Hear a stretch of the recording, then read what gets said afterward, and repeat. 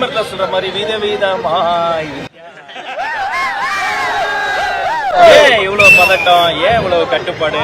கடமை கண்ணியம் கட்டுப்பாடு கட்சியினுடைய பேர்ல இருக்கு. அவங்க பண்ற பங்கன்ஸ்ல இருக்கா? அங்க எங்கேயாவது இது மாதிரி எல்லாம் வித்தியாசமான விதிமுறைகளை போட்டிருக்கிறாங்களா? கேட்ட இடம் ஒண்ணு, அங்க ஒரு சின்ன ஸ்பேஸ் இருந்தது, ஒரு 100 அடி ரோடு இருந்தது. எப்படிப்பட்ட ரோட கொடுத்திருக்காங்க நீங்களே பார்க்கலாம்.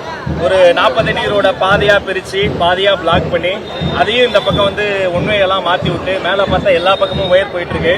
இவ்வளவு சின்ன அப்படியே குரூக்கலான இடத்த தான் கொடுப்போம்னு சொல்லி அடம் பிடித்து, அதுவும் ஒரு 5-6 மணி நேரத்துக்கு முன்னாடி தான் பர்மிஷன் தருவோம்னு சொல்லி நிக்க கூடாது, டாட்டா காட்டக்கூடாது, பேசக்கூடாது, அது கூடாது. சார் எப்படி விட்டுக்கலாமா அப்படின்னு கேட்டு எல்லா தடைகளையும் படிக்கலாம் மாத்தி சட்ட ரீதியாக வந்து மக்களை சந்திக்கிறோம். ஒரே நோக்கம் மக்களை சந்திக்கிறோம், மக்கள் சொல்றதை கேட்கிறோம், தலைவர் சொல்றதை மக்கள் கேட்க போறாங்க என்பதற்காக தொடர்ந்து பயணித்துக் கொண்டு இருக்கிறோம். எத்தனை மணிக்கு நான் வராங்க கரெக்டா? நடிகர் விஜய் வந்து எத்தனை மணிக்கு வராரு கரெக்டா? இந்த அவர் அங்கிருந்து கிளம்பிட்டாரு. அவருடைய வாகனம், அவருடைய வருகை எங்க வேணா எப்ப வேணா என்ன நொடி வேணா வரலாம்.